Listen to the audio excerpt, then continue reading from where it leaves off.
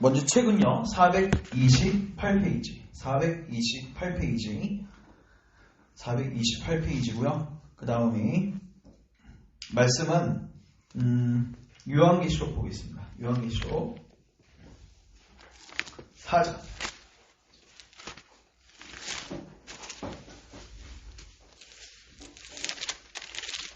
요한계시록 4장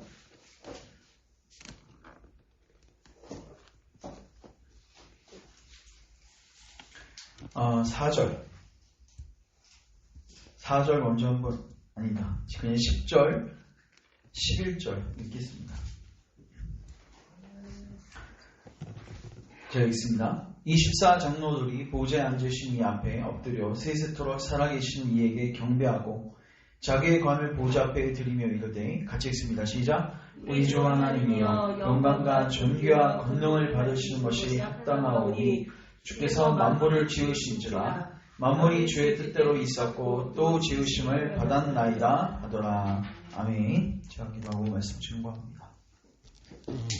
주님, 오늘도 주께서 제정하신 이 귀한 수단이 헛되게 되지 않도록 성령님께서 역사하시고 이 말씀이 우리 심령과 우리 삶에 박히게 하옵소서. 특별히 우리 안에 겸비한 은혜가 있기를 원합니다. 하나님 말씀 앞에서 우리 자고 있던 교만했던 마음 낮춰주시고 하나님 앞에 납작 엎드려져서 주님의 은혜를 찾고 구하는 자들 되게 하시고 그 가운데서 예수님을 만나고 하나님의 놀라운 구원의 은혜를 체험할 수 있도록 주여 함께하여 주시옵소서. 예수님의 이름으로 기도합니다. 아멘. 되게 조용하네요 오늘. 어디였습니까? 예, 이따 끝나고 얘기해주세요. 저희가 이제 오늘 철덕좀 드디어 52과 천국 입성과 무지 최후 여기 부분으로 이제 마무리하게 되는데 결국은 그겁니다. 이거 왜 본 거예요? 사실 이게 철력정의 해피엔딩이 아니라 새드 엔딩입니다. 크리스천하고 그리고 소망은 천국에 입성. 여기까지만 딱 끝났으면 우리 이거 어떻게 생각하겠어? 아 그렇지, 우리도 이제 크리스천과 소망처럼 천국 가겠지. 근데 갑자기 뜬금없이 무지가 등장해가지고 새드 엔딩으로 끝내요. 그 존 버년이 왜 그걸 의도했을까? 결국 이겁니다. 네가 무지가 되지 않도록 점검하라는 거예요.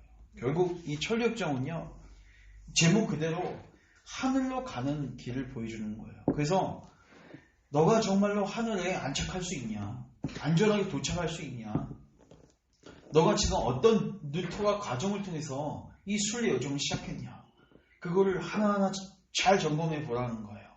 그래서 만약에 점검하지 않고 그냥 아무 주의 없이 이 길을 걷다가는 마지막에 어떤 꼴 난다?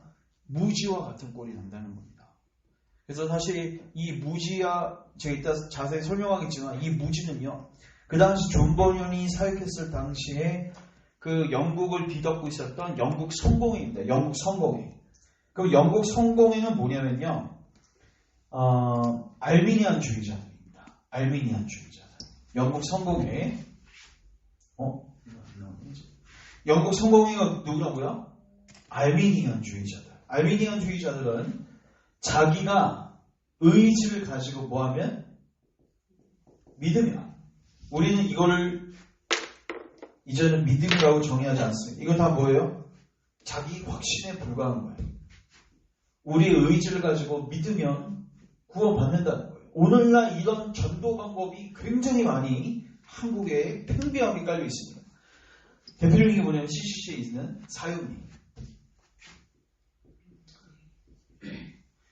그 복음을 듣는, 쪽복음을 듣는 사람의 영적 각성, 죄에 대한 깨달음, 뭐 겸비함 이런 거 확인도 안 하죠? 그냥 한 1분 안에 쫙 설명하고 뭐해라? 빨리 뭐해라? 빨리 영적 기도해라. 영적 기도해라. 영적 기도. 그걸 뭘로 보는 거예요? 믿음. 왜 이렇게 볼까요? 요한복음 1장 12절.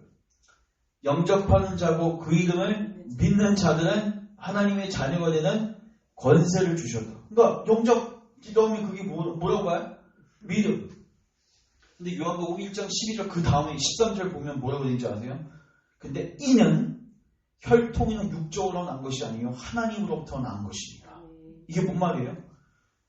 여러분 이 영적 기도 진짜로 예수님을 영접하는 것은 하나님께로부터 뭐 해야 돼요? 하나님께로부터 나야 된다. 이거 사도 요한이 쓰는 단어인데 즉 거듭나야 된다. 거듭나야 된다. 즉 성령님의 뭐가 있어야 된다? 유효한 역사가 있어야 된다. 성령의 유효한 역사가 있어야 된다.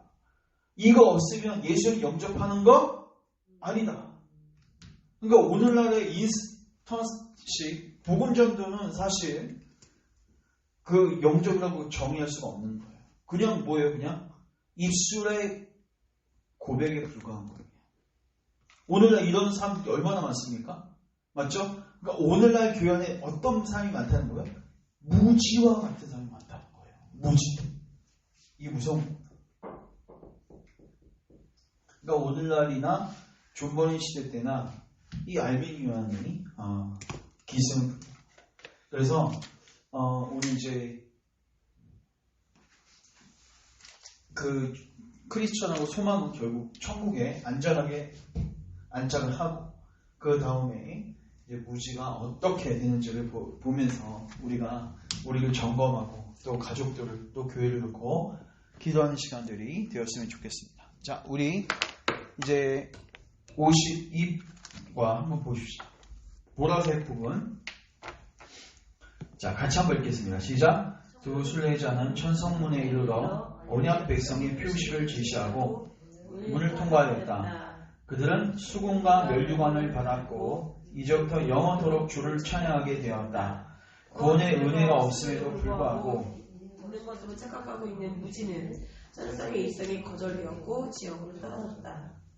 사실 우리 철력종이 관심 갖게 된 거 여러분 헛된 사고의 배 때문에 관심 갖게 됐죠. 맞죠? 맞죠? 이거 잘 보셔야 돼요. 자, 보세요.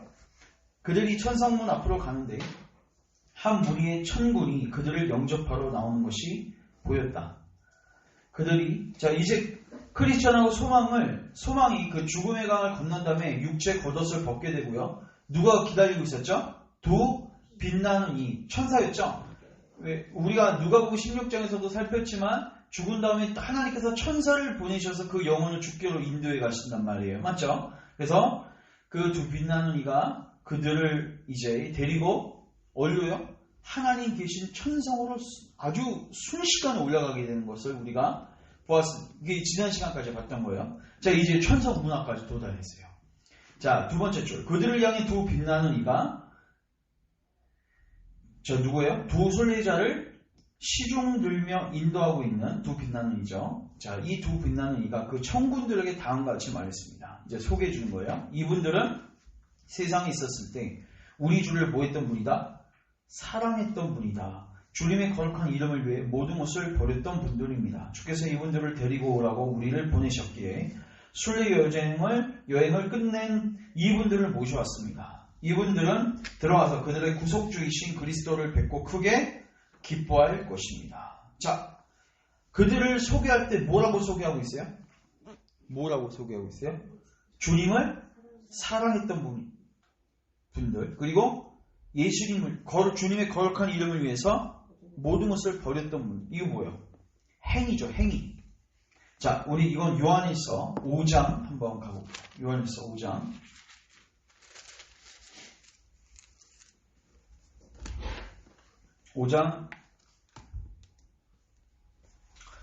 (5장) 1절부터 잘 보세요. 아니 이거 무슨 행위구원이냐. 그게 아니라요. 예수께서 그리스도이심을 믿는 자는 누구로부터? 자, 이 순서가 먼저예요. 그러니까 뭐예요? 믿는 게 먼저예요? 난 자가 먼저예요? 잘 보세요. 난 게 먼저예요. 난 자는 이미 뭐한 존재라는 거예요? 하나님께로부터 난 자니. 이해되세요? 그러니까 거듭난 게 먼저예요. 맞죠? 그러니까 거듭난 자는 예수님을 결국 뭐하게 돼요? 믿게 돼요. 자, 그 다음에 또한 나으신 이를 뭐한다? 사랑한다. 또한 낳으신 이를 사랑하는 자마다. 낳으신 이를 사랑하는 자마다 그에게 난 자를 사랑하느니라. 그 다음에 뭐가 나오는 거 이제? 사랑. 자, 그러니까 순서가 어떻게 돼요? 거듭남, 믿음, 사랑이죠. 자, 그 다음 2절 잠깐 가보시면 우리가 하나님을 사랑하고 자, 사랑하면 이제 뭐예요? 계명들을 지켜요.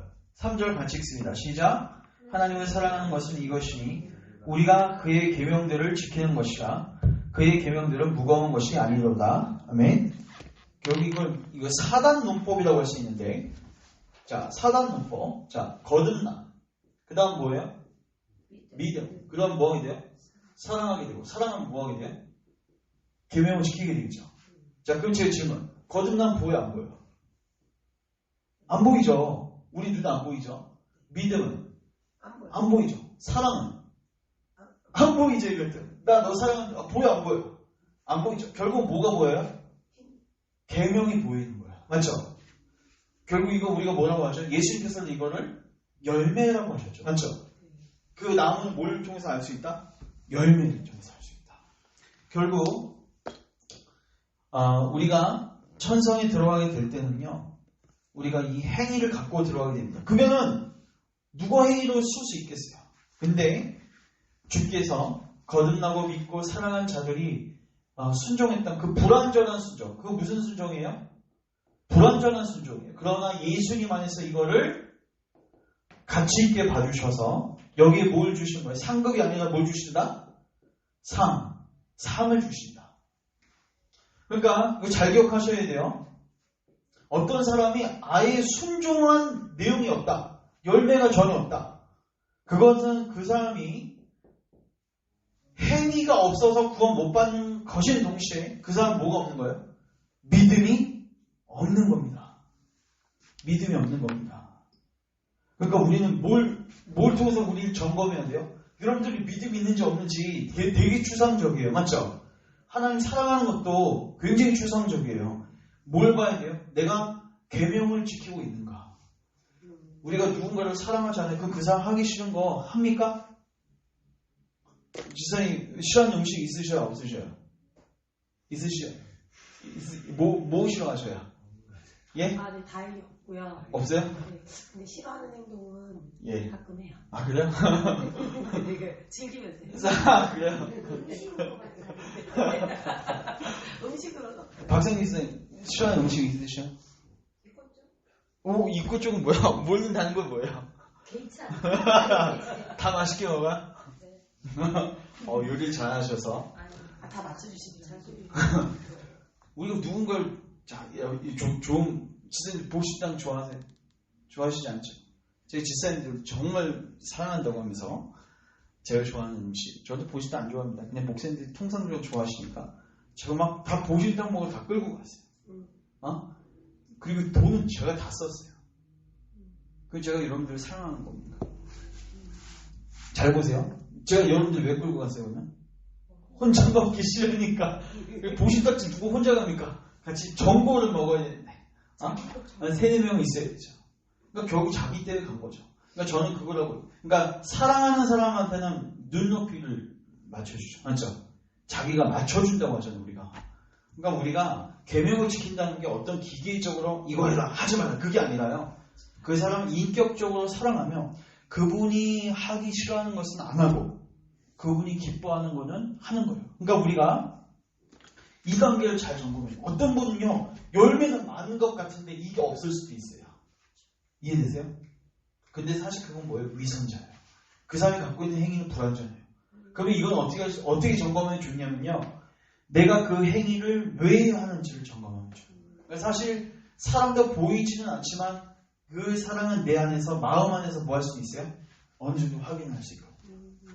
그래서 결국 어떤 거 두 개를 점검하면 돼요. 내가 주님을 인격적으로 사랑하고 있는가? 그 마음이 있는가?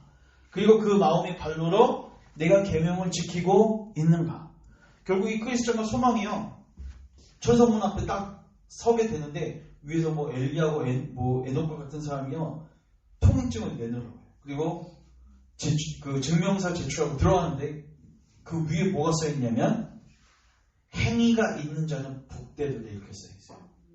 이게 뭐냐면 우리가 믿음으로 구원받지만 맞죠? 그러나 그 진정한 믿음을 주께서는 행위로 확인하신단 말이에요. 그래서 요거 하나만 더 찾습니다. 로마서 2장. 그러니까 이거 갖고 왜 행위 구원 얘기를 하십니까? 이렇게 하면 안 돼요. 도덕육 폐기론주의자들 때문에 이걸 정확하게 가르쳐줘야 돼요. 그러면 계명도 지키지 않으면서 자기가 믿음이 있다고 착각하니까. 자, 2장 6절 보죠. 2장 5절. 다만 내 고집과 회개하지 아니한 마음을 따라 진노에 낳고 하나님의 의로운 심판이 나타나는 그날에 임할 진노를 내게 쌓는도다. 하나님께서 각 사람에게 뭐한 대로 그 행한 대로 보응하신다. 여러분 마태복음 25장에 찾지 마세요. 예수님께서 마지막 날에 양과 염소로 분리하시는 거 아시죠? 근데요, 양은 왜 구원받고 염소는 왜 거절받는지 아세요? 소자에게 물 한 잔을 대접했던 사람이 양이죠. 염소는 대접하지 않았죠. 이게 믿음입니까? 행위입니까? 행위입니다. 맞죠? 그러니까 결국 우리가 행위로 구원받는 건 아니지만 그 행위는 우리가 정말로 거듭났는지, 우리가 정말 참된 믿음을 가졌는지, 우리가 그래서 주님을 사랑했는지에 대한 결과물이 될 거란 말이에요. 이런 자식들이 밤새서 공부했어요. 정말로 불을 계속 켜놓고 공부만 했어요. 근데 그 다음날 시험 성적 딱 봤는데 20점이야. 주변에 있는 애들이 문제 어렵게 나오냐 봤더니 다 80점, 90점 맞았어요. 그럼 너 왜 이렇게 맞았냐? 너 공부 안 했지? 하면 저 공부했어요. 엄마 아빠 저 어제 저녁 12시까지 공부한 거 보셨잖아요. 그러면 믿으실 거예요? 아니면은 얘가 머리가 나쁜다 이렇게 결론 내실 거예요? 두 번째. 네? 저는 공부 안 했다고 결론 내립니다. 그 정도. 그게 해도 안 되는 것도 있는데 20점은 안 한 거예요. 해도 안 해도 한 그 정도 했으면 50점은 나와야 되는데 엉뚱한 거 공부했어요? 그러니까 제가 애들 많이 다루잖아요. 얼마나 애들이 빠져나갈 구멍을 많이 만드는지 부모님들은 잘 모르셔요 사실. 근데 저도 가르친 짬밥이 있으니까 얘가 정말로 공부했겠구나. 앉아있는 시간은 몰라요. 그것뿐 안 돼요. 결과물이 딱 보여준단 말이에요. 진짜 성적은 어떻게 보면 약간 운도 작용할 수 있지만 굉장히 정확해요. 내가 공부하면 맞는 거고 공부 안 하면 틀리는 거예요 진짜. 뭐 잘 찍고 이런 거 안 돼요. 오지선당인데 어떻게 해. 그래서 계명을 순종하는 거 이거 진짜로 주께서 우리를 분별할 수 있는 하나의 좋은 툴을 주신 거예요. 그러니까 우리도 네 자신을 점검할 때 뭘로 점검해야 돼요? 열매로 점검해야 됩니다. 열매로 점검해야 됩니다. 그래서 여러분들이 아마 복음서 보시면 예수님께서 행위를 강조하는 걸 굉장히 볼 수 있어요. 그러면 또 이렇게 점검할 수 있어요. 그러면 계속해서 예수님께서 열매를 보라고 하면 내 안에 사과가 지금 하나밖에 안 내줘서 두렵죠. 나는 왜 이렇게 열매가 없냐? 근데 결국 주께서는 그 과정을 통해서 신자를 뭐하게 하시냐면 겸손하게 하세요. 너에겐 뭐가 없다? 행위가 없다. 그래서 예수님의 은혜가 필요하다. 근데 그런 너를 주님이 사랑하신다. 그러니까 어떻게 돼요? 하나님의 사랑이 내 안에 부어지니까 그때 이제 뭐하게 돼요? 주님을 사랑하게 되는 거예요. 그러면서 거기에서 자발적 순종과 계명 순종이 나오게 되는 겁니다.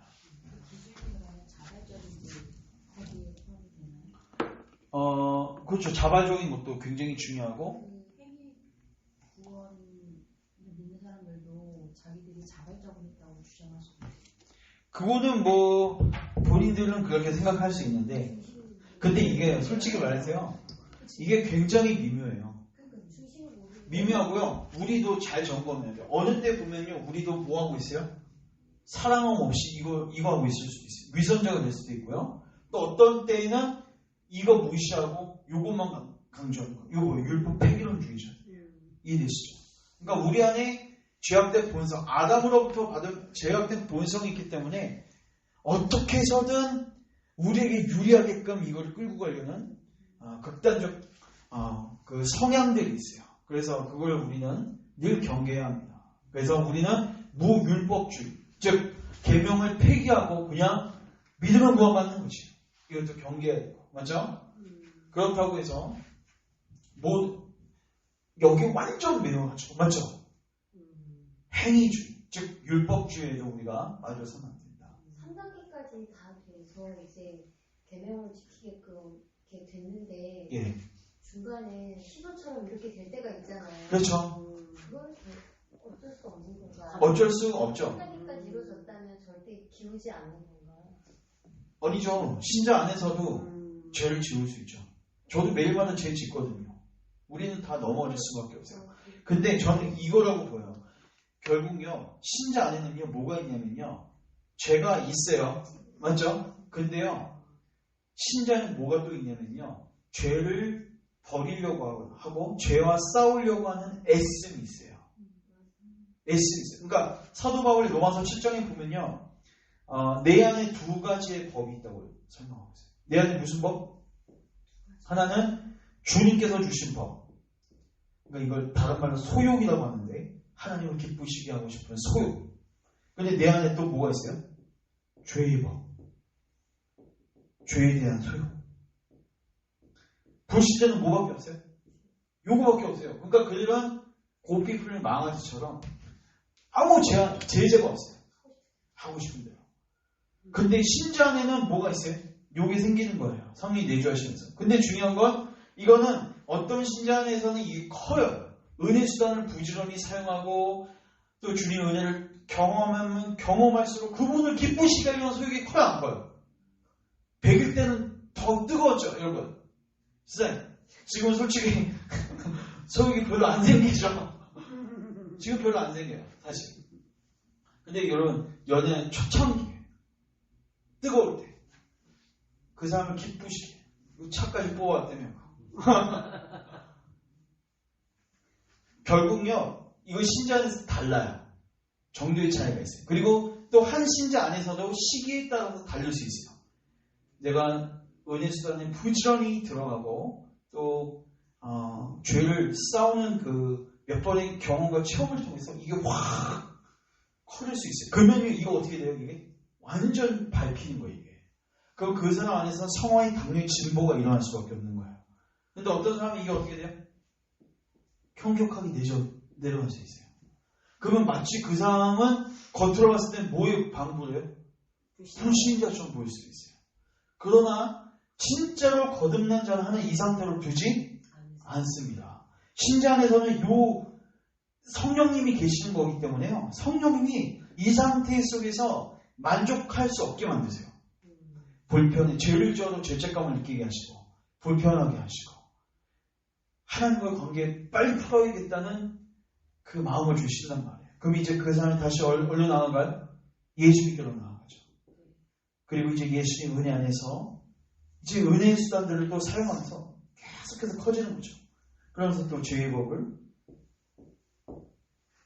제거하는 거고. 그래서 신자들 안에 이게 계속 왔다 갔다 하는 거예요. 왔다 갔다. 그러나 당연히 뭐 해야 돼? 이게 커질 수 있도록 우리가 뭐 해야 된다? 힘써야 된다. 이거 하나만 잘 볼게요. 로마서 6장 한번. 로마서 6장 나가시면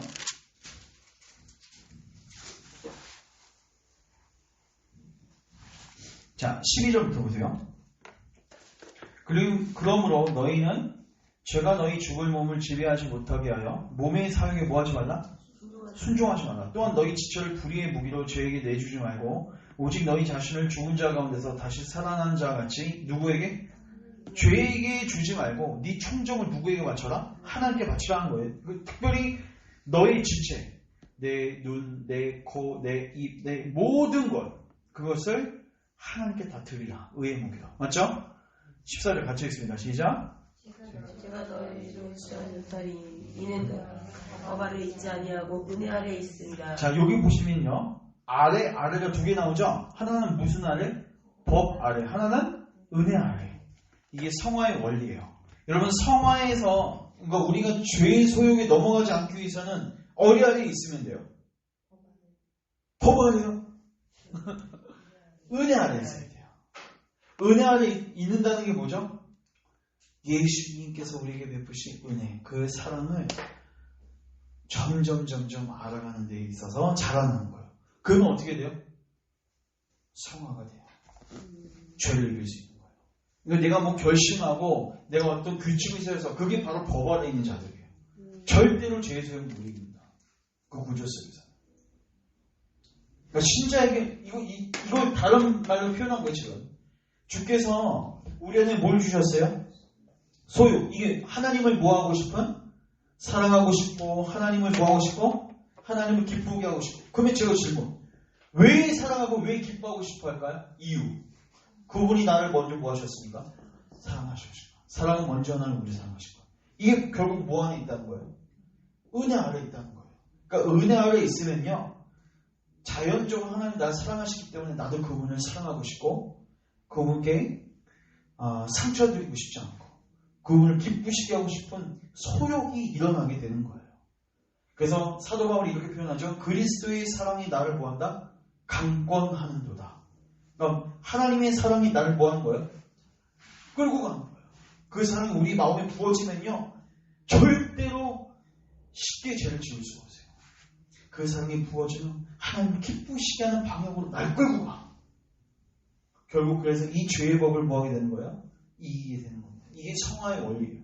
그럼 여러분들이 앞으로 이제 우리가 계명을 순종하고 하나님을 사랑하고 또 거룩한 삶을 살기 위해서 뭐에 힘쓰시면 돼요? 이 구조에 근거하는 은혜 아래 있기를 힘쓰셔야 돼요. 그 은혜 아래 있기에 힘쓰시기 위해서 뭐 하시면 돼요? 은혜의 수단들을 사용하시면 되는 거예요. 이게 원리입니다. 그러니까 성화의 원리, 그러니까 말씀도 안 보고 기도도 안 하는데 죄된 삶을 이길 수 있다? 말이 안 되는 겁니다. 왜요? 은혜는 그 파이프를 통해서 온단 말이에요. 그 통로를 통해서 온단 말이에요. 그래서 이거를 잘 여러분들이 묵상하세요. 우리 무슨 이야기 하다가 자 다시 오세요. 여기 굉장히 중요합니다. 자 어디까지 읽었죠? 그리스도를 뵙고 크게 기뻐할 겁니다. 여기까지 읽었나요? 맞죠? 그때 청군들이 크게 외쳤다. 어린 양의 혼인잔치에 청함을 받은 자들은 복이 있도다. 이때 왕이 나팔수 여러 명이 그들을 맞이하려고 나왔습니다. 희고 빛나는 옷을 걸친 나팔수들은 아름답고 우렁찬 소리가 천국에 울려 퍼지게 했고 나팔수들은 크리스천과 그의 동료에게 환영한다고 나팔소리로 만번이나 인사했다. 여러분 뭐가 느껴지세요? 새신자 같지 않으세요? 새신자는 막 모든 성도들이 다 그 사람에게 포커스를 맞추죠? 자 보세요. 그리고 나팔수들은 순례자들을 빽빽히 둘러섰다. 어떤 이는 앞에 서고 어떤 이는 뒤에 서고 어떤 이는 오른편에 어떤 이는 왼편에 섰다. 마치 보세요. 순례자들이 이미 높은 곳에 올랐지만 나팔수들은 마치 그들을 호위한 것 같았다. 나팔수들은 계속해서 아름답고 높은 목조로 나팔을 불렀다. 이 광경을 보면서 잘 보세요. 순례자들은 마치 천국 자체가 그들을 맞으러 나온 것 같다고 생각합니다. 여러분 그거 아시죠? 스데반 순교할 때 스데반이 어떤 환상 보여주셨는지 이거 모르세요? 자 우리 사도행전 가보겠습니다. 여러분들도 예수님 믿고 죽게 되면요 이런 일들이 일어나게 돼요. 7장 사도행전 7장 59절 보세요. 54절. 스데반 순교한 장면입니다. 그들이 이 말을 듣고, 그러니까 스데반 설교하는 걸 듣고 마음이 찔려 그를 향하여 이를 갈거늘.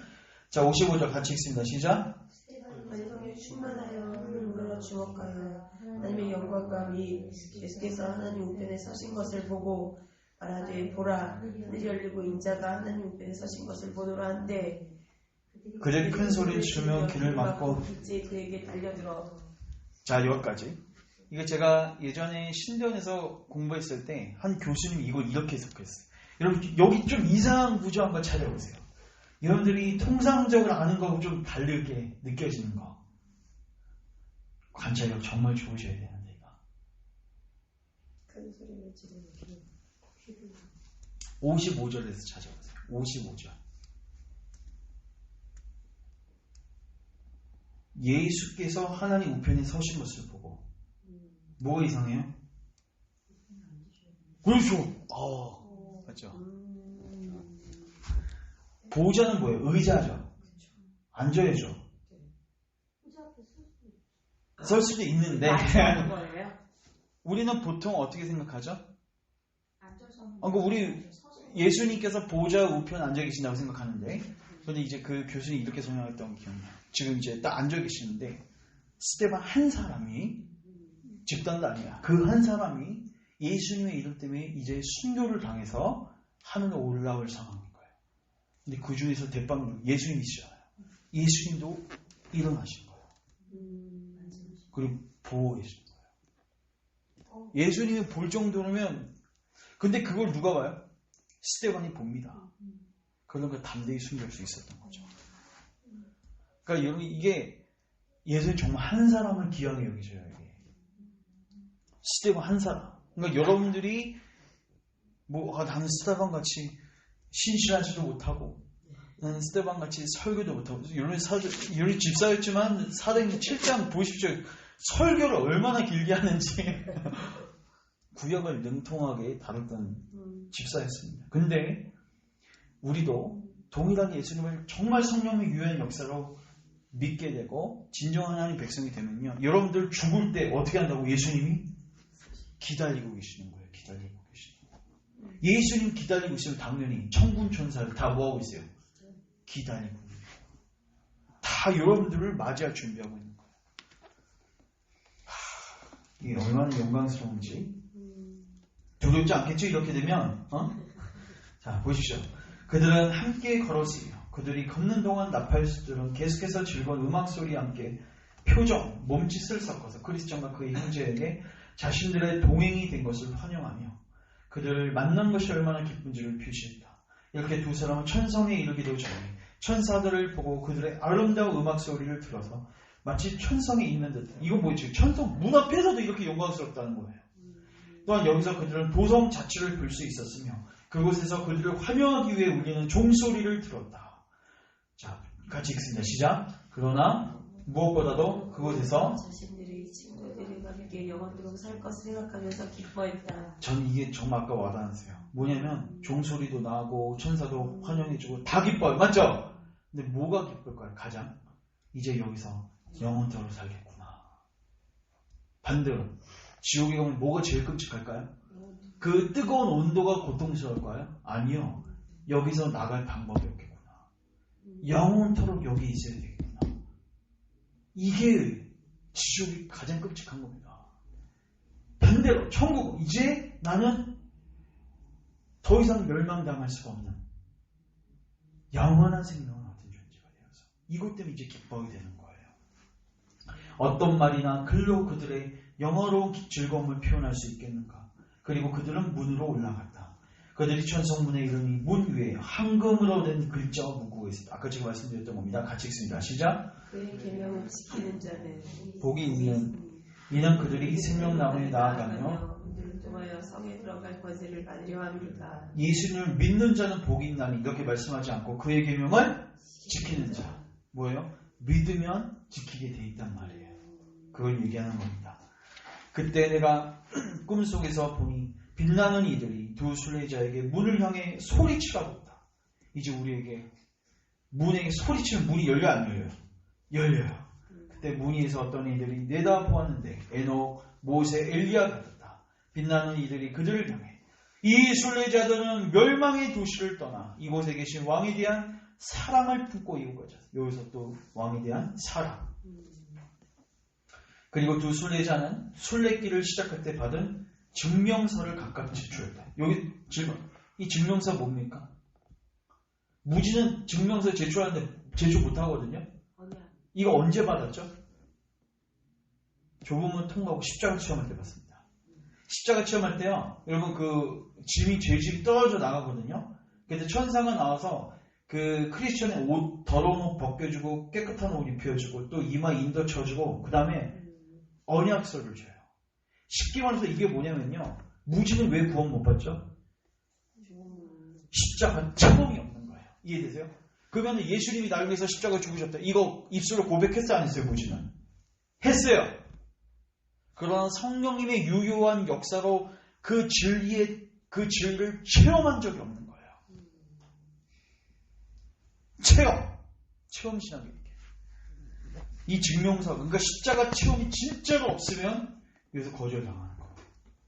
자, 그들은 증명서들을 왕에게 가져다 주었고 왕은 증명서를 읽고는 이들이 어디에 있느냐라고 물었다. 옆에 서 있던 자가 그들이 문 밖에 서 있다고 대답하자 왕은 즉시 문을 열어주라고 명령했다. 왕은 너희는 문들을 열고 신이 즉 믿음을 지키는 의로운 나라, 우리를 뭘로 표현해요?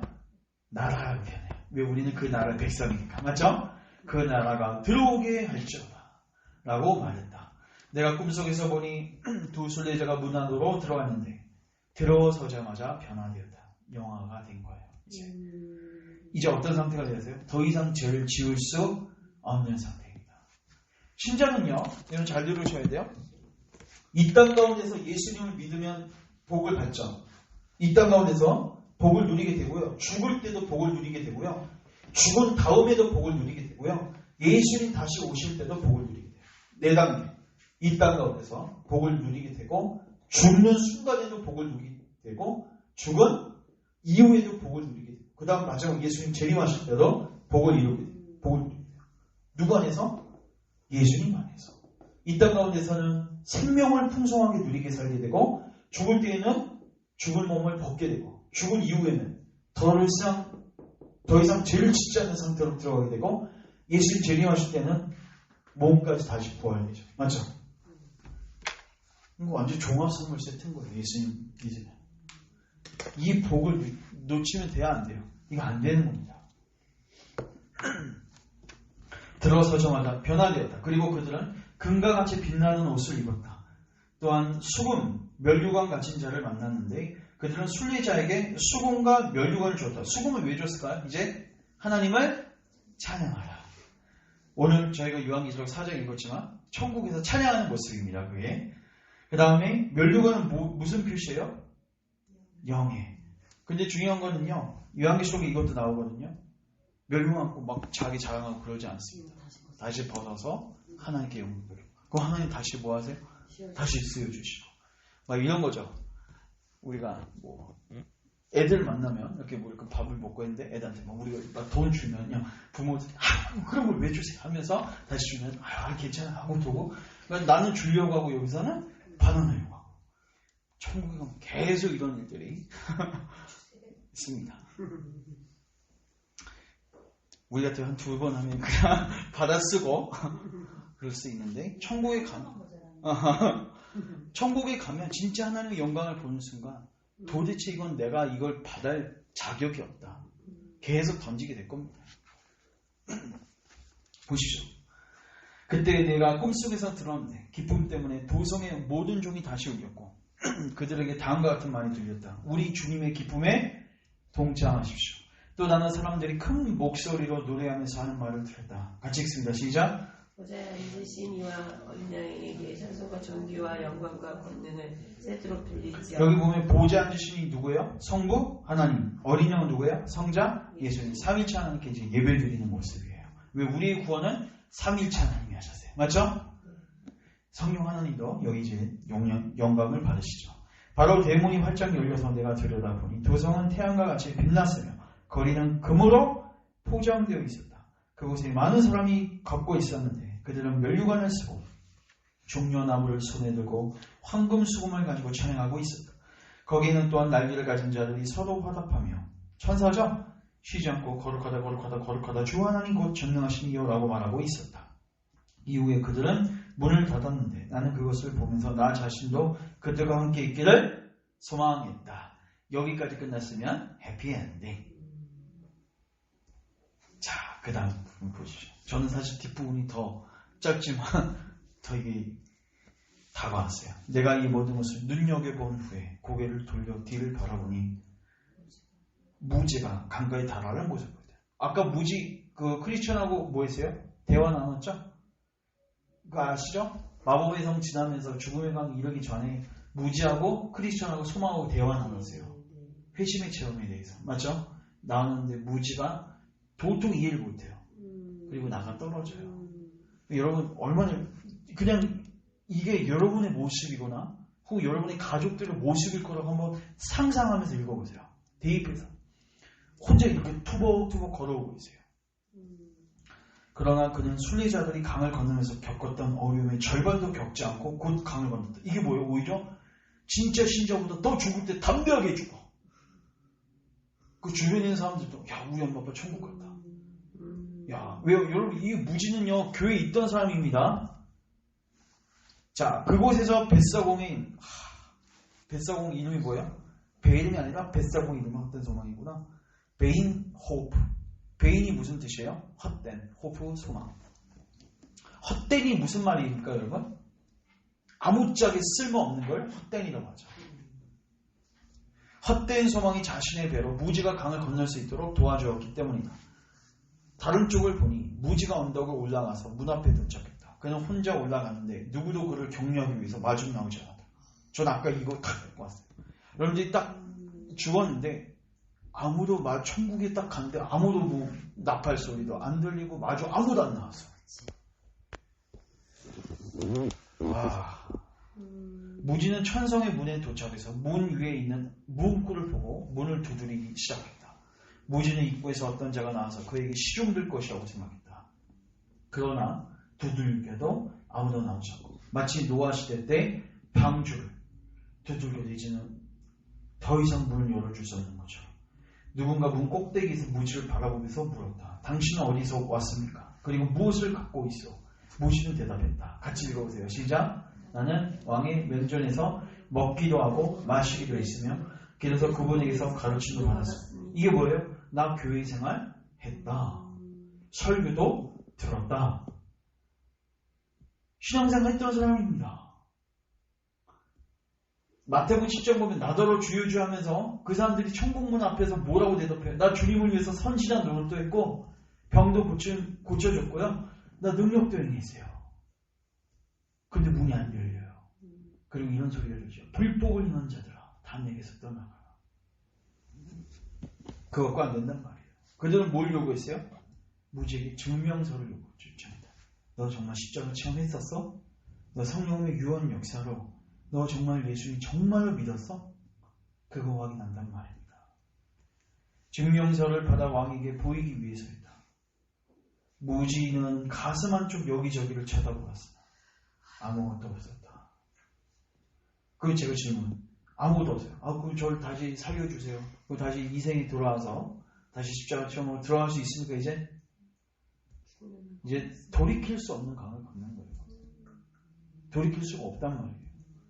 그때 문이 있는 자들이 아무것도 없지 않소 라고 말했다. 무지는 아무 말도 하지 못했다. 그들은 왕에게 이 사실을 알렸다. 왕은 그를 보기 위해 내려오지도 않았고 두 빛나는 이에게 나가서 무지의 손과 발을 묶어 공중으로 데리고 가서 언덕의 지옥으로 통하는 문으로 쳐넣으라고 명령했다. 자, 같이 마지막 읽습니다. 시작. 내가 문이 멸망의 도시에서 지옥으로 가는 길이 있는 것 같이 그곳에 천국의 문에서 지옥으로 가는 길이 없다. 자, 제가 여러분 중에 방금 읽으신 부분 있죠? 이게 무엇을 의미하는지 묵상해 보세요.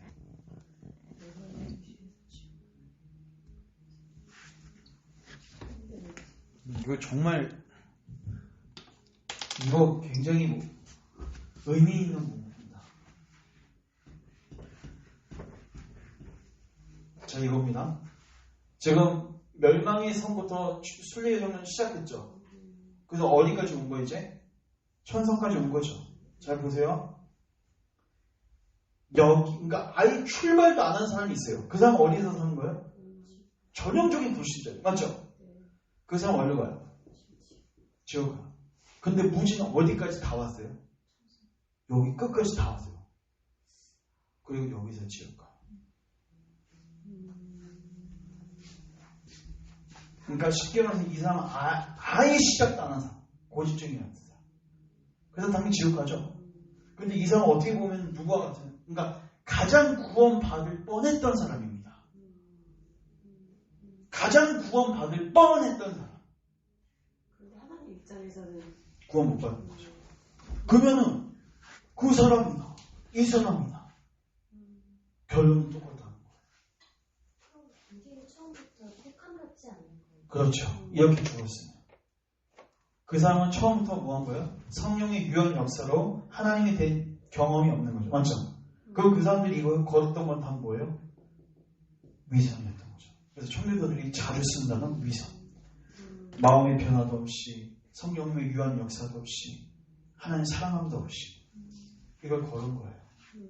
그러면 청교도들은 뭐 했냐면요. 그 개혁주의 목사님들은요. 교회 안에 위선자가 많거든요. 무자 같은 자들. 그러면 당신이 무지가 아닌지를 뭐 하십시오? 점검하십시오. 그리고 당신에게 이 무지 같은 증상이 있으면 빨리 뭐 하는 거예요? 주님의 은혜를 구하십시오. 근데 아예 택함이 없었다면 주님의 은혜를 구해도 그 사람은 모를 거 아니에요. 자, 그래서 제가 말씀드렸죠. 이건 제가 도르트 설교 그 신조. 머리가 엉키는 잘 보세요. 그래서 제가 이렇게 얘기했어요. 아니 내가 구원받고 싶어도 선택 못 받았으면 어쩔 수 없는 거 아니냐. 저 사람 입장에서는 그럴 수 있어요. 그렇죠. 자 보세요. 그래서 제가 이렇게 설명드렸어요. 이제 우리에게 적용하는 거야. 제가 도르트 신조 강의할 때 이렇게 얘기했어요. 예수님께 나오십시오. 근데 아마 여러분들 중에서 내가 과연 선택받았을까 고민하는 사람들이 있을 수도 있을 것입니다. 그러나 이거 하나만은 분명히 보십시오. 당신이 정말 예수님이 필요해서 나아갔어요. 근데 예수님이 이렇게 말할 리는 없습니다. 즉 이렇게 말할 리는 없어요.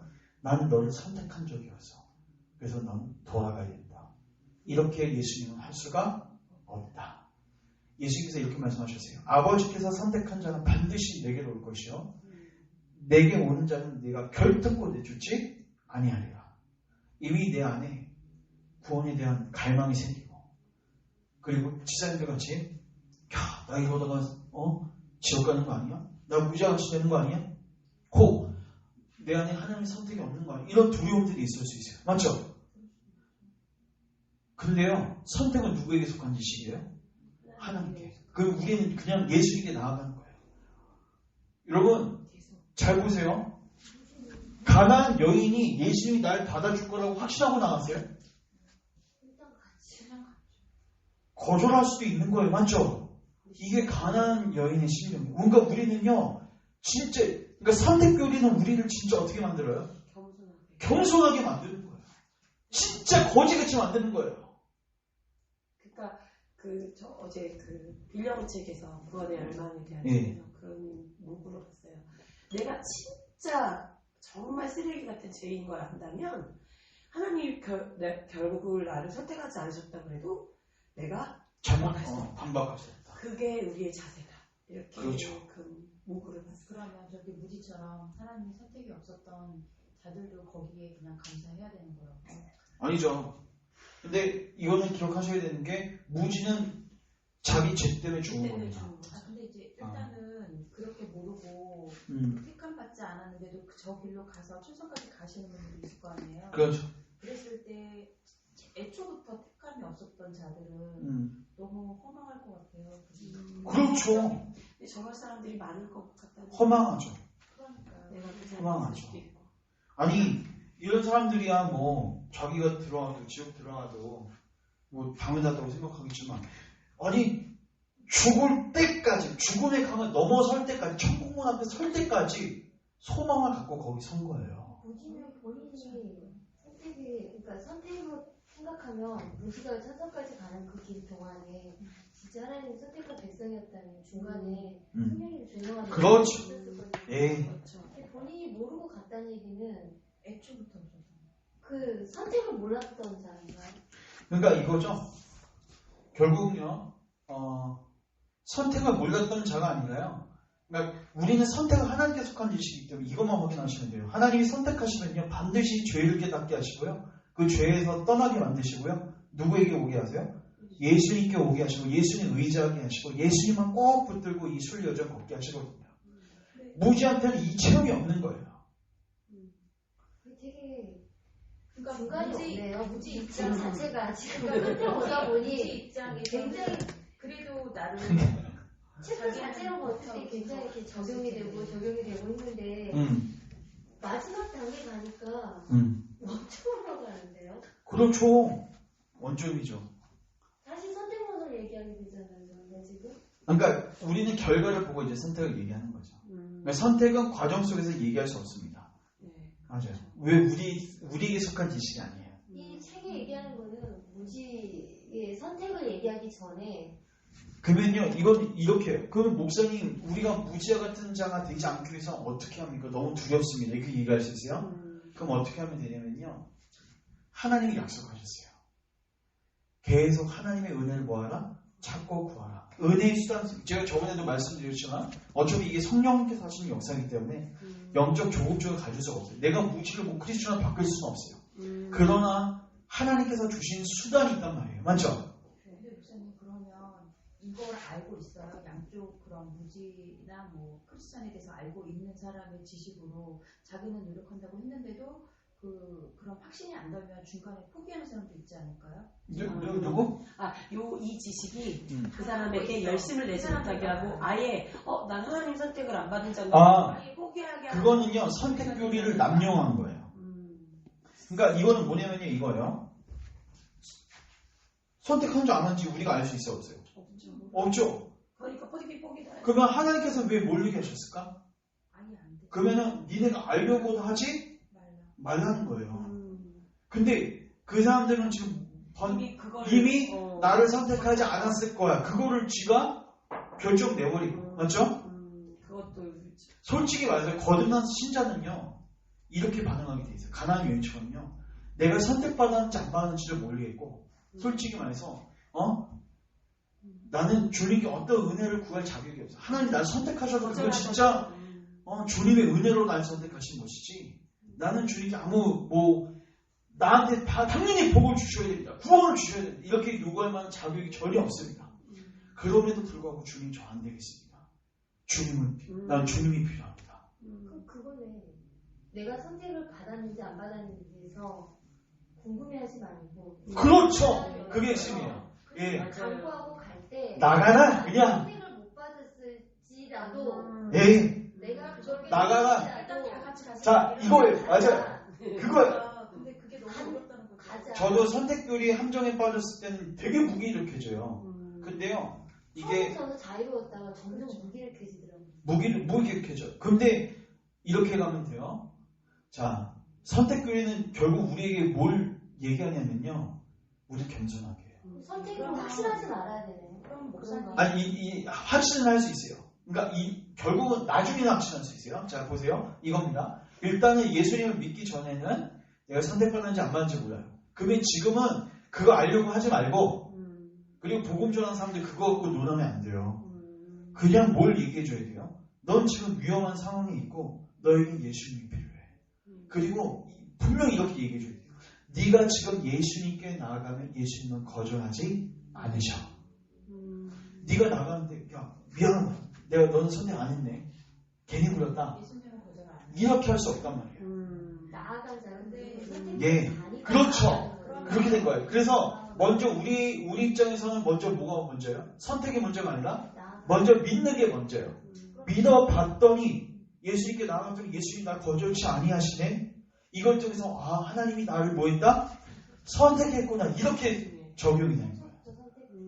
순서를 바꾸면 안 돼요. 하나님 입장에서는 당연히 선택이 먼저죠. 정말 크리스천이라면 예. 그 무지와 같은 크리스천이 있을 수 있잖아요. 그렇죠. 그런 상황에서 이런 것도 다 알아요. 근데 끝에 내가 갔을 때 안 됐다 그러더라도 거기서 그냥 지옥을 가더라도 감사함으로 받아야 돼. 어떻게 감사함으로 가요? 이제 지옥 가면 이제 아니 애초부터 그 선택은 하나님께서 하시는 거기 때문에 아닐 수도 있잖아. 끝까지 잘 갔는데도 그런 사람도 있지 않을까 책이 싶어. 무지의 굉장히 극명함을 보여주려고 결국요, 무지는요, 네. 겉으로는 사람이 될지 과정 속에서도 감사가 없었어요. 그렇죠. 그 이후에도 감사를 못할 것 같아요. 못해요. 그리고 그리고 그거 아시는 감사는요, 하나님의 은혜가 내 안에 임해야지 할 수 있는 거거든요. 지옥에 하나님의 은혜가 하나도 임하지 않는데. 지금 무지 입장에서 얘기를 하는 게 아니고요. 만약에 그냥 크리스천 크리스천으로 열심히 살던 사람이야. 근데 애초에 하나님의 선택이 없었는데 저런 건 다 알고 갔어. 크리스천으로 열심히 살았다는 게 뭔 말이죠? 그러니까 신앙생활은 다 했죠. 성전에서 먹고 와서 저기까지 갔어. 저기까지 어, 갔어. 근데 무지예요? 아니, 그러니까 정체성이 무지예요? 아니 크리스천이에요? 거듭난 사람이 아니에요. 우리 모르지. 그건 모르죠. 모르고 그냥 계속 열심히. 그러니까 나는 그 사람 무지인 거예요. 그렇죠, 무지. 결국 무지인 거예요. 근데 무지인 걸 찾아 앞에 가지 안 걸잖아요. 크리스천인데 갑자기 갔는데 무지였다. 그건 없어요. 이해되세요? 애초부터 무지인 거지. 자기가 크리스천이라고 착각한 거죠. 그렇죠. 그러니까 무지한 거예요. 그러니까 지금 이 책 내용을 떠나서 세상에 살아가는 사람들 중에는 정말 그 하나님 기쁘시게 하려고 살아가는 사람들이 있을 거 아니에요. 그렇죠. 근데 그런 사람이 애초에 선택이 없었다고 가정했을 때를 얘기한 거죠. 그렇죠. 애초에 선택이 없으면요. 없으면 그 사람이 했던 모든 선행과 이것들은 다 뭐예요? 위선인 거예요. 세상 사람들이 그 크리스천으로 사는 때는 선택이 그러니까 지선이 아까 잘 정리했어요. 정하기는 좀 그거는 알아요. 그 책 내용, 이 책 내용으로 집사님이 정리한 내용을 알겠는데 저는 그 무지랑 크리스찬을 떠나서 그럴 수도 있지 않겠냐는 한번 생각을 해본 거예요. 그렇죠. 그러니까 마지막에 내가 나 크리스천이에요? 지선이 말대로 표현할게요. 나 크리스천인데 갔는데 무지였네? 그러면 그 사람 뭐예요? 크리스천 알고 있었을 뿐이고 처음부터 뭐예요? 무지였던 거예요. 주의 이름으로 귀신을 내쫓고 능력을 해냈는데 난 널 모른다. 그러니까 결론적으로 이 천력점, 그러니까 지사님이 잘 정리하셨어요. 이건 제가 도르트 신조할 때도 제가 강조했지만은, 그러니까 우리는 뭐 하면 되냐? 내가 무지가 아닌지를 점검하세요. 그리고 계속해서 뭐 하면 돼요? 여러분, 이거 보면 두려울 거예요. 맞죠? 그리고 겸손해질 거예요. 하나님의 은혜가 필요한 걸 느낄 거예요. 성령님이 부어주셔야 되는 것을 알 거예요. 맞죠? 그러면 이제 우리 겸손하게 은혜의 수단 사용하면서 예수님께 나아가는 거예요. 가난한 여인처럼. 근데요, 우리가 그렇게 나아가면 예수님이 결코 뭐하지 아니하신다? 거절하지 아니하신다. 우린 그거 믿고 나아갑니다. 그리고 그렇게 나아갔더니 야, 너 그거 네가 간구하고 애걸하고 하나님 구원을 요청했던 거 그거 네 의지한 거 아니야. 이미 네 안에 성령님이 그 마음을 주신 거였어. 그 다음에 선택들이 나오는 거예요. 그러면 예수님이 나아가고자 하는 것도 마음조차도 성령님이 하신 거죠. 결국은. 근데 그 당시까지는 몰라. 난 그러니까 이런 거죠. 가난한 여인이 예수님께 나아갔어요. 누구의 의지로? 내 의지로 나아갔어요. 맞죠? 내가 필요해서 내가 나갔는데 예수님이 고쳐주시고 만나주신 다음에 얘기를 해주시는 거예요. 야, 너 왜 다른 사람들은 구하지 않는데 네만 구했는지 아냐? 그건 내가 네 안에 이미 역사했어. 그러니까 네가 날 찾은 게 아니라 이미 내가 널 찾은 거야. 순서가. 선택교리는 그래서요. 칼빈도요. 구원론 다음에 선택교리 가르쳐요. 조직신학책은요. 보통 신론 다룰 때 먼저 선택교리 다루거든요. 그 다음에 기독론, 예수님, 그리스도, 그 다음에 구원론, 성령론 다루는데 칼빈은요. 기독교 강요에서요. 있으시면 한번 보세요. 구원론 다 다룬 다음에 그 다음에 선택론 달아요. 이건 뭐냐? 선택은 언제 예수님을 믿고 구원받은 백성이 배워야 하는 지식인 거예요. 그 전에는 내가 알 수 있다 없다? 없다. 그러니까 지식이 어느 정도 있는 사람은 어느 정도 지식이 아니라 정확하게 예수님께 먼저 나온 자들. 그러니까 우리가 이거는 나한테도 적용해야 되지만 우리가 복음을 전도할 때도 이 사람이 예수 선택받은지 안 받는지 어떻게 알아? 그 난 뭐 하는 거예요? 계속 물 주고 심고 물 주고 하는 거예요. 맞죠? 그리고 어떻게 전도해야 돼? 하나님을 선택한 자만 구원하셔. 네가 선택한지 선택받은지 안 받은지 난 모르겠지만 그래도 한 50% 확률이 있을 거야. 한번 믿어봐. 이게 아니란 말이에요. 뭐라고 하는 거예요? 주 예수를 믿어라. 그리하면 너와 내 집이 구원을 받으리라. 그러면 여기서 선택자도 있고 비택자도 있겠죠. 맞죠? 그러면 누구는 나와요? 기어 나와요? 선택자들은 나와요. 기어 나와요. 그 음성을 듣는단 말이에요. 내 양은 내 음성을 들어요. 그러면 그 사람은 나왔어요. 자기가 듣는 것 같아. 결과적으로는 똑같네요. 그렇죠. 결국은 하나님 먼저 하시는 거예요. 그렇죠. 근데 그러니까 이 선택을 알 수 있는 거는 내가 예수님께 나아가는지 보면 알 수 있는 거예요. 우리 집사님들 그래서 말씀을 정리하면 마음이 되게 죄송한데 예, 선택을 받은 백성은 성도 견인으로 끝까지 가잖아요. 예. 언젠가는 또 예, 맞습니다. 때가 되면 예. 내가 깨우치는 거고. 그런데 저희의 역할은 뭐예요? 갑자기 멍청하지 그렇죠. 않아서 모르겠는데 자, 보세요. 그걸 먼저 그렇게 그 도대체 우리는 뭐 하란 말이냐? 제가 말씀드렸잖아요. 예수님께 가는 거. 아니 그러니까 자, 보세요. 이거 하나만 더 얘기해 정리할게요. 그러니까 결국 뭐냐면, 아니, 결국 선택한 사람은 누구에게 나아간다? 예수님께 나아가고, 선택 못 받은 자는 예수님께 나아가지 않는다. 야, 그러면 뭐 우리가 뭐 영접하고 말고 그거 필요 없겠네. 알아서 그냥 구원받거나, 알아서 지옥 가거나 하겠네. 저는 이제 했다 나간다 쳐. 어. 근데 이도 때가 되면 나갈 텐데. 우리 이제 다른 불신자들을 위해서 뭐 해야 되냐? 네. 오케이, 좋았어요. 그건 제가 고린도전서 할 때 하겠지만 핵심만 말씀드리면 이겁니다. 우리 질문이 많으시니까 저도 좋네요. 저는 질문 많은 거 좋아합니다. 자, 저는 제 목회자니까 목회자에게 적용해서 설명합니다. 우리 교회도 안타깝지만 알곡과 가라지가 섞여 있을 겁니다. 맞죠? 물론 다 알곡이 되었으면 좋겠고 그 목적을 향해서 우리는 달려가야 됩니다. 그러나 그 안에도 선택자가 있고 비택자가 있단 말이에요. 맞죠? 그러나 이거는 우리가 알 수 있다 없다? 없다. 맞죠? 그럼 저희는 뭐 해야 돼요? 목회자는 뭐 해야 돼요? 이미 하나님의 선택을 확신하는 사람들은 뭐 해야 되냐? 그냥 뭐 할 수밖에 없어요? 고린도전서 2장 4절 보면요. 고린도교회 1년 6개월 동안 계속 뭐 했어요? 말씀을 선포한 거예요. 죄에 대해서 그리고 그리스도의 필요성에 대해서 그리스도로 나오라고 계속 선포하는 거예요. 누가 나올지 몰라요. 저희도. 말씀을 선포해요. 그 다음에 뭐예요? 성령님 이들 안에 당신께서 택하신 자들을 구원하십시오. 기도하는 거예요. 우리가 할 건 뭐예요? 여쪽이에요. 그러면요 이 말씀이 떨어질 때 성령께서 뭐 하시죠? 역사하세요. 누구한테 역사하실까요? 선택된 자들한테. 언제? 하나님의 때. 내 때가 됩니다. 그럼 어떤 사람 10년 걸릴 수도 있어. 근데 우리는 한 9년까지 하다가 아휴 지쳤다. 이는 안 되나 보다. 그렇게 하면 돼야 안 돼요. 이 사람이 죽기 직전까지는 계속해서 말씀 뿌리고 기도하고 말씀 뿌리고 이게 사도 바울이 사역했던 원리입니다. 그래서 사도 바울이 뭐라고요? 내가 해산의 수고를 했다.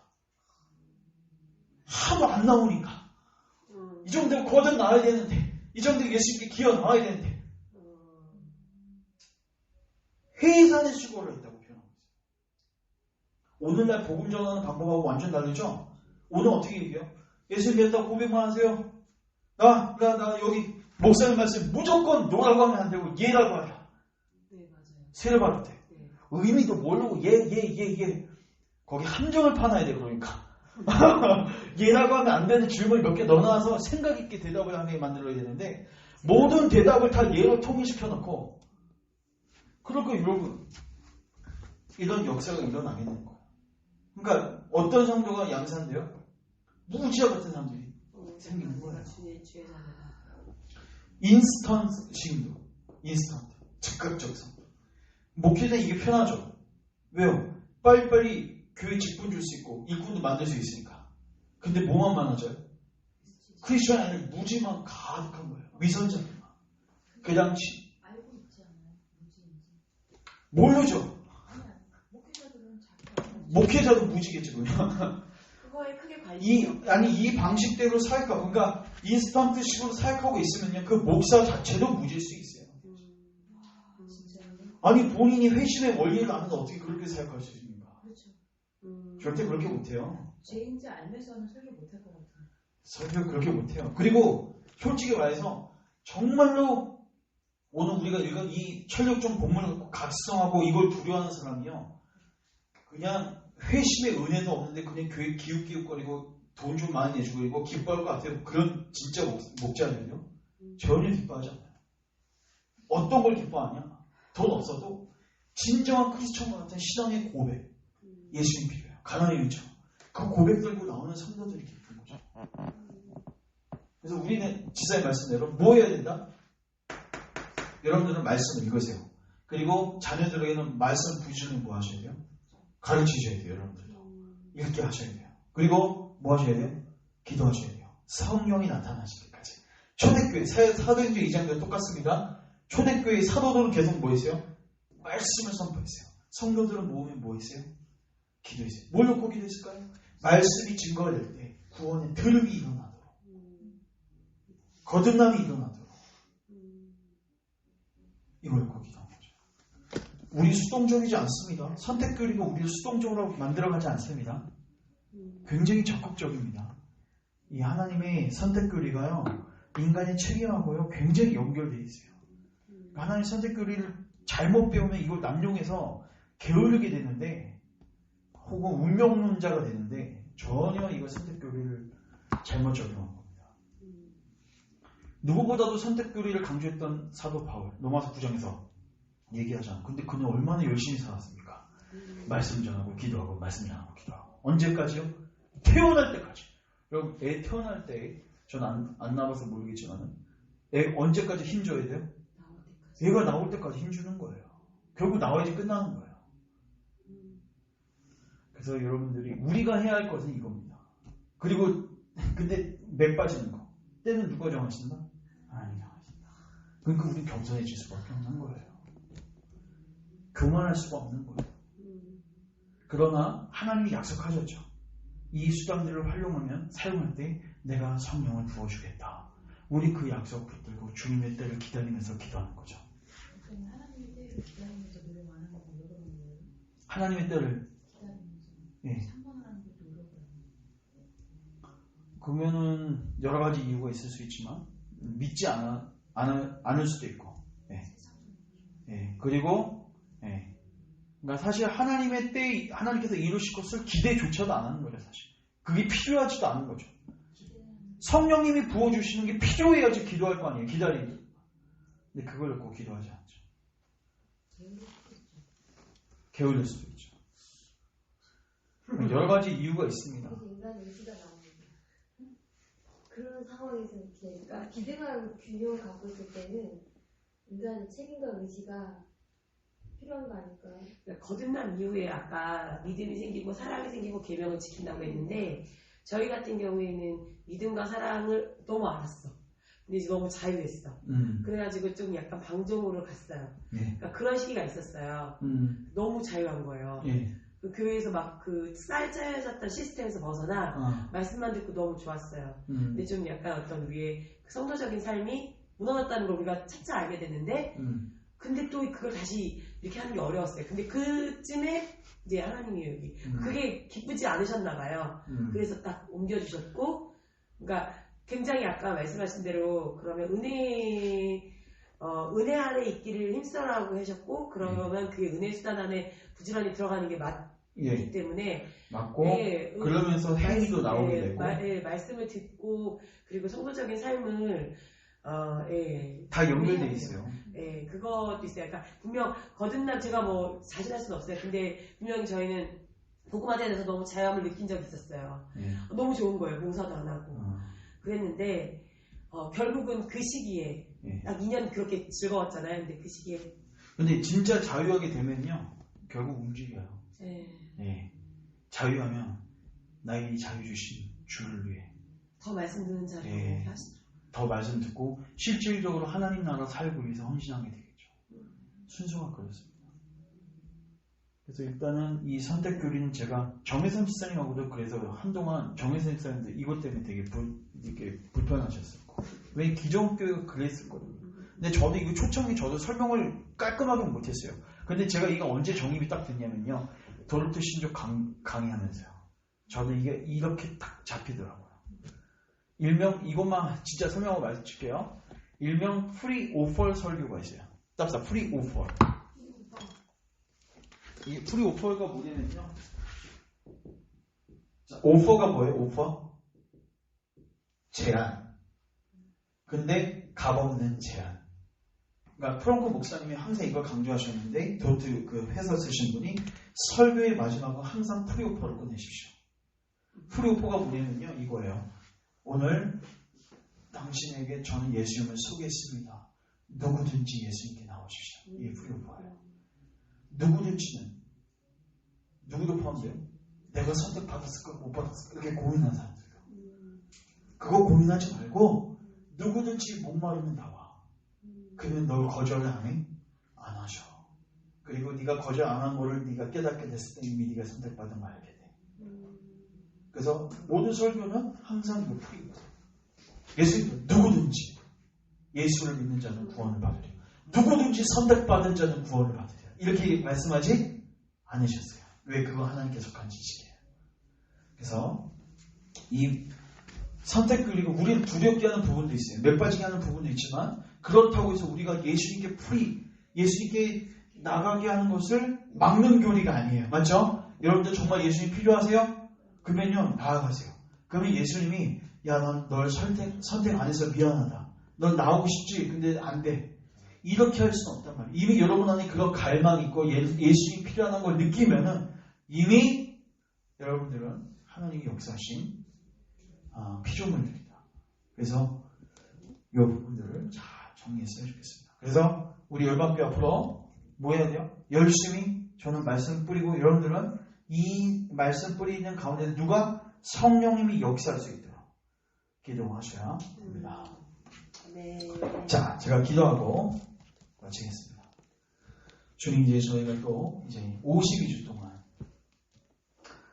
철교종을 이제 마치게 되었습니다. 주님, 이 과정을 통해서 우리가 무지였는지 아니면 진정한 그리스도인이었는지를 우리를 점검하고 또 가족들을 점검하고 교회를 점검하게 하시니 감사합니다.